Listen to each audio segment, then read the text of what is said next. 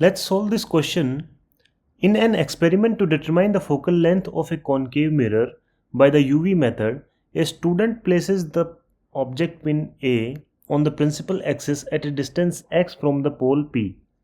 The student looks at the pin and its inverted image from a distance, keeping his or her eye in line with the PA. When the student shifts his or her eye towards left, the image appears to the right of the object pin. Okay so हमें एक concave mirror दिया गया है और बताया गया है कि प्रिंसिपल एक्सिस पे हमारा ऑब्जेक्ट है at a distance x from pole. Okay, दूसरी चीज़ जो हमें दी गई है वो है कि इमेज जो है वो हमारी इन्वर्टेड इमेज है. ठीक है, सो इमेज is inverted,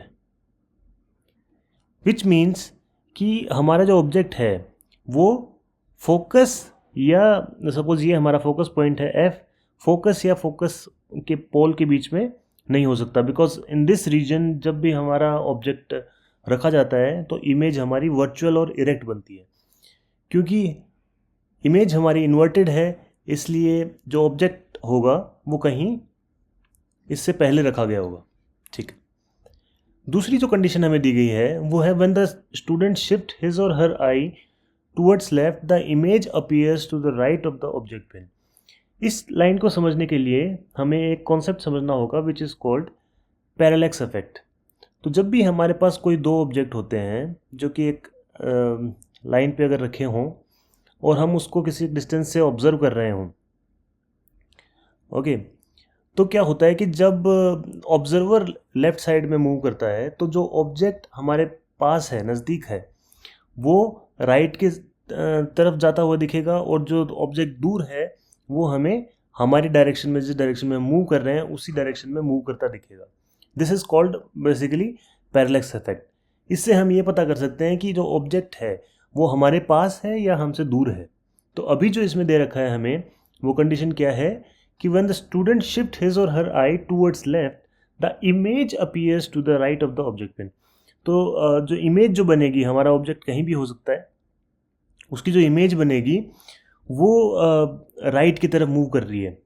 तो मतलब ऑपोजिट में मूव कर रहा है इमेज. इसका मतलब क्या हुआ, हमारी इमेज जो है वो पास है ऑब्जेक्ट से, तो और इन्वर्टेड भी है. तो बेसिकली ये सिचुएशन है. ऐसी सिचुएशन हमारी कब होती है कि जब हम सपोज यहाँ से इसको ऑब्जर्व कर रहे हैं तो इमेज हमारी पास है ऑब्जेक्ट से, ऑब्जर्वर के पास. ओके, तो ऐसी सिचुएशन हमारी एक ही कंडीशन में होती है जब हमारा ऑब्जेक्ट जो है वो प्लेस्ड हो between C and F. C is centre of curvature और फोकल लेंथ के बीच में जब हमारा ऑब्जेक्ट होता है तो उस केस में अगर हम रे डायग्राम अगर बनाएंगे तो हमें पता है कि इमेज जो है वो बियॉन्ड C बनेगी.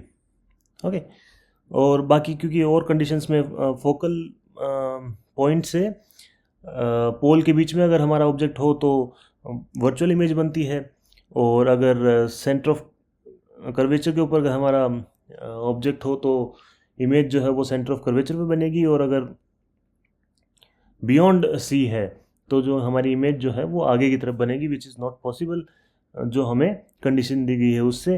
तो इसलिए हमारा राइट आंसर क्या हो जाएगा कि जो डिस्टेंस है x, जो ऑब्जेक्ट का डिस्टेंस हमें पूछा है उसकी क्या कंडीशन होगी. वो कंडीशन ये है कि हमारा जो डिस्टेंस है वो बेसिकली फोकल पॉइंट से ज़्यादा होगा और सेंटर ऑफ कर्वेचर से कम होगा. तो option B is the right answer.